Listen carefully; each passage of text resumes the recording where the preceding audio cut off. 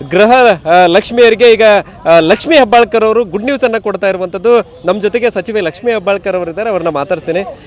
ಗೃಹ ಲಕ್ಷ್ಮಿಯರಿಗೆ ಈ ಬಾರಿ ನವರಾತ್ರಿ ಉತ್ಸವದಲ್ಲಿ ಗುಡ್ ನ್ಯೂಸ್ ಕೊಡ್ತಾ ಇರುವಂಥದ್ದು. ಹೌದು, ಖಂಡಿತ. ಸುಮಾರು 2 ತಿಂಗಳಿಂದ ಹಣವನ್ನು ಬಿಡುಗಡೆ ಮಾಡಿರಲಿಲ್ಲ.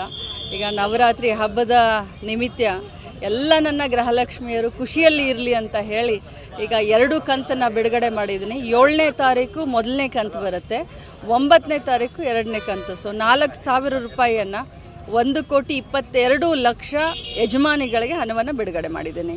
ಸೊ ಏನು ಹೇಳಕ್ಕೆ ಇಷ್ಟಪಡ್ತೀರಿ ನವರಾತ್ರಿ ಹಬ್ಬದ ಒಂದೇನೋ ವಿಶೇಷ ಹೆಣ್ಮಕ್ಳಿಗೆ? ನಮ್ಮ ಭಾರತ ದೇಶ ಅಂತಂದರೆ ಹಬ್ಬಗಳ ದೇಶ ಅಂತ, ಹಬ್ಬ ಹರಿದಿನಗಳ ದೇಶ. ಭಾರತದ ಸಂಸ್ಕೃತಿ ಅಂತಂದರೆ ಬಹಳ ವಿಶೇಷವಾದಂಥ ಸಂಸ್ಕೃತಿ. ನಾವು ಈ ಯೋಜನೆಯನ್ನು ಹೆಣ್ಮಕ್ಳು ಸ್ವಾವಲಂಬನೆಯ ಜೀವನ ಮಾಡಲಿ ಅಂತ ಮಾಡಿದ್ದೀವಿ. ಸೊ ಆ ಹಣವನ್ನು ಸದುಪಯೋಗ ಪಡಿಸ್ಕೊಳ್ಳಿ, ಆ ದೇವಿಯ ಆಶೀರ್ವಾದಕ್ಕೆ ಪಾತ್ರರಾಗಲಿ ಅಂತ ಹೇಳ್ತೀನಿ. 2 ಕಂತಲ್ಲಿ ಬಿಡುಗಡೆ ಆಗುತ್ತೆ.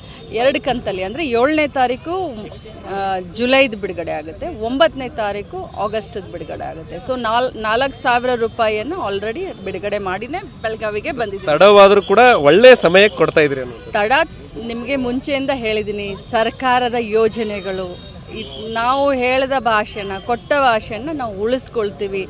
ಒಂದು ದಿನ 1 ತಿಂಗಳು ಹೆಚ್ಚು ಕಡಿಮೆ ಆಗ್ಬೋದು, ಆದರೆ ಸಿದ್ದರಾಮಯ್ಯನವರ ಸರ್ಕಾರ, ಕಾಂಗ್ರೆಸ್ ಪಕ್ಷದ ಸರ್ಕಾರ ಮಾತಿಗೆ ಎಂದು ತಪ್ಪೋದಿಲ್ಲ. ಸೊ ಇದಿಷ್ಟು ಸದ್ಯ ಈಗ ಲಕ್ಷ್ಮಿ ಹೆಬ್ಬಾಳ್ಕರ್ ಅವರ ಮಾತು. ಕ್ಯಾಮ್ರಾಮನ್ ಪ್ರವೀಣ್ ಜೊತೆ ಸಹದೇವ್ ಮನೆ TV9 ಬೆಳಗಾವಿ.